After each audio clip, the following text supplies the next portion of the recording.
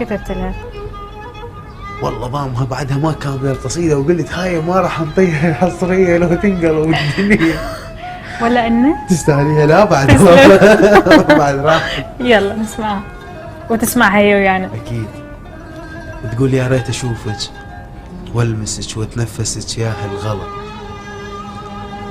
لو بس دقيقة تأملك وعيونك يتم العمر صوم وتراتيل وصلاة، بس رمشي انت بغين شي، والله التبي ما بين يدي لو يحصل بسابع عرض مهليني لحظة وأوصله، تحاتيني يا بنت القمر غصبا علي اتحملك غير انت شمعة بيتي، الله.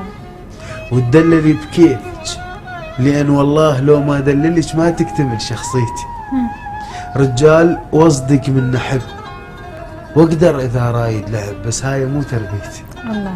والهل سبب كتبه وذكر من طلع وجنسيتي، الله. يضمونك اهلك بس لي ومن نحكي احكي بزودي. خلي يسمع.